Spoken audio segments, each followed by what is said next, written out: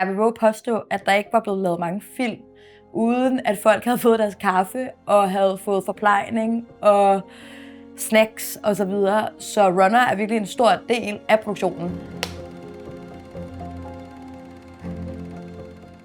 Jeg hedder Sara Stolz, og jeg er runner.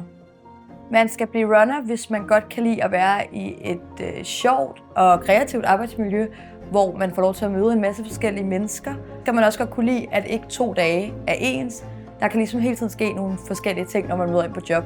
Man skal også blive runner, hvis man godt kan lide at være meget i bevægelse og være meget praktisk og sådan have hands-on. Fordi at du bevæger dig helt meget, og du skal ordne en masse forskellige ting i løbet af en dag, så det skal man virkelig være klar på. Og du får lidt lov til sådan at være en flue på væggen, og ligesom følge med i alle forskellige afdelinger, og se sådan, okay, hvordan arbejder de, og hvordan foregår en produktion bag en film eller en serie. Hvilket er virkelig spændende og virkelig lærerigt. Og så skal du også blive runner, hvis du måske godt kunne se dig selv inden for filmbranchen, fordi så er det virkelig en unik mulighed for at kunne arbejde sig op og ende der, hvor man gerne vil ende.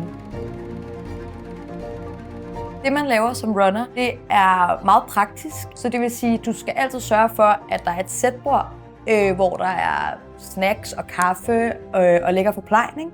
Så er folk rigtig glade. Hvis det regner udenfor, så skal du sætte en pavillon op. Du skal hente en masse forskellige ting. Du er ligesom med til at sørge for, at det hele spiller, og at folk er glade. Så hvis du er med god energi, så er det bare mega fedt for produktionen. Så du er lidt over det hele, og er lidt alle afdelingers gode ven og ekstra hold. En dag som runner begynder med, at du møder ind på set, og så skal du lave det første sætbord, brygge den første kop kaffe, og herefter er det egentlig lidt forskellige opgaver, der kan komme. Det kan være, at du skal ud og hente et eller andet, køre ud og aflevere noget for fotoholdet eller diverse ting. Og så kommer der frokost, og så skal du i løbet af dagen også sørge for, at sætbordet bliver frisket op, og at det ligesom hele tiden er lækkert.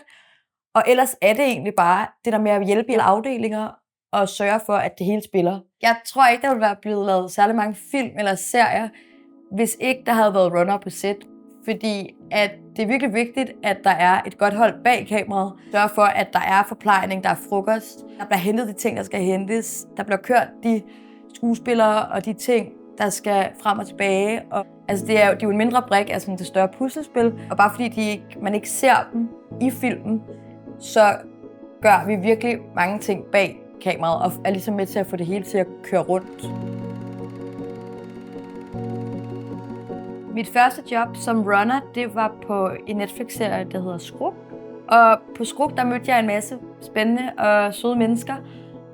Og der var så en, der tog mig med videre på den produktion, jeg er på nu som runner. Så det handler også meget om det der med, når du først ligesom er inde og er på en produktion, hvor du møder en masse mennesker. Hvis du har god energi og god attitude og viser, at du gerne vil, så er der helt sikkert nogen, der nok skal sige dit navn videre eller tage dig med videre på et nyt projekt. Så ruller det ligesom lidt mere. Mit bedste råd til en, der gerne vil være runner, det er helt sikkert, at man bare skal sige det højt, og man skal virkelig ikke være bange for at snakke med folk, fordi det er 100% sådan, man kommer ind i branchen, og man også kommer videre. Og så skal man heller aldrig være for fin til et job. Altså det er virkelig bare på med ja-hatten og sige ja til, hvad end der kommer, fordi der skal nok komme et andet sjovt og spændende ud af det.